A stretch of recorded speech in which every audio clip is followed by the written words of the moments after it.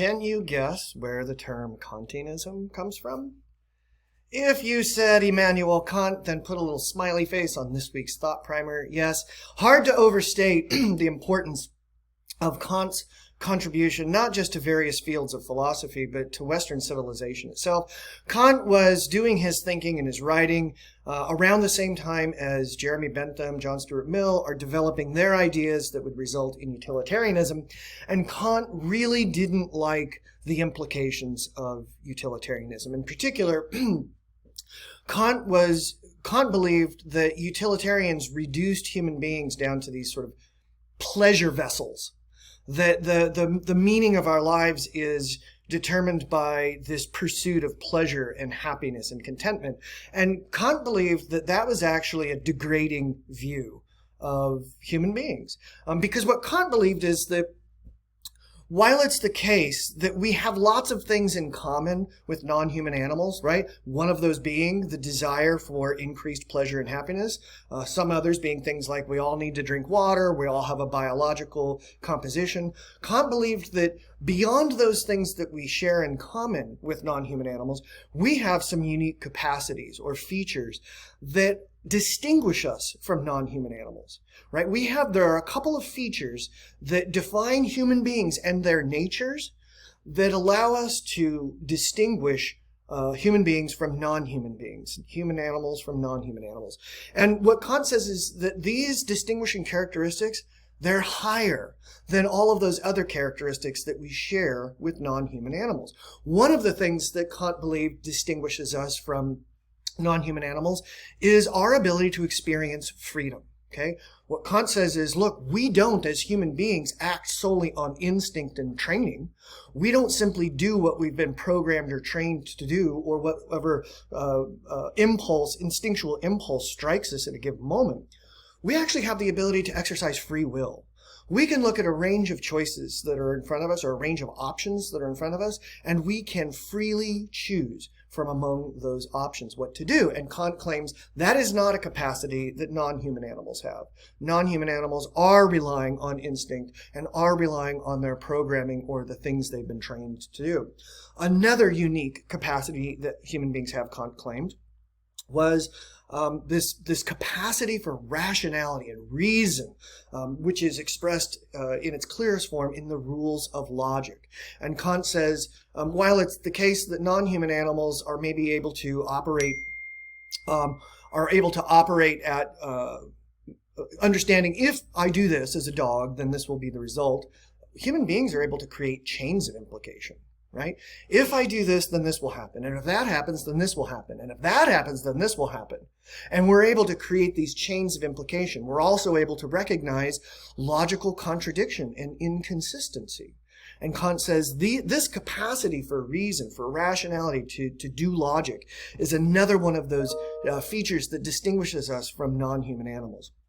And then finally, Kant says we also have this ability to assign value to things. And that is another distinguishing characteristic of human beings. And we'll talk more about that later on.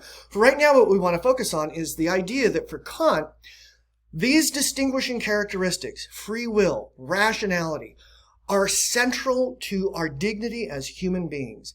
In order to be the things that we are, we have to respect and use and rely on free will and rationality. And to ignore these things is to compromise our dignities, to degrade ourselves. And so for Kant, the moral action is the action that's going to promote and preserve our own dignity as the things that we are. It's going to protect our dignity as the things that we are. And we're going to want to do the things that protect our dignity because we realize that our dignity is inherently good. And we want as much good to exist as possible. So we perform this out of goodwill, what Kant terms goodwill. And again, we'll talk more about that later on. So kind of a quick sketch of Kant's thinking. We'll look at a much more sophisticated argument for Kantianism later on. But basically, Kant is saying, look, we're human beings that are we're creatures that are endowed with the capacity for reason and rationality. And if you think about what reason and rationality are, these are systems of thinking that are rule-oriented. And in order to be reasonable and rational, or in order to be rational, we have to respect the rules for thinking. That is, we have to respect logic, and we have to rely on logic when we're doing our thinking. In fact, what Kant says is we're duty-bound to follow logical ethical principles, that we should use our capacity for rationality and an understanding of logic to identify what kinds of actions would be ethical actions, and we want to make sure that we are adhering to, in particular, respect for the rule of non-contradiction. The rule of non-contradiction says a thing can't be both what it is and what it isn't at the same time. And what Kant says is that's what you're going to rely on as you try to identify what kinds of actions are morally obligated and morally prohibited. And we have this, because we have this duty to follow these rules in determining what's ethical, Kantianism is considered a deontological, and that means duty-oriented, a deontological theory of ethics. Now, we created a list earlier on of various features that we have that we think define what we are as human beings, in other words, human nature.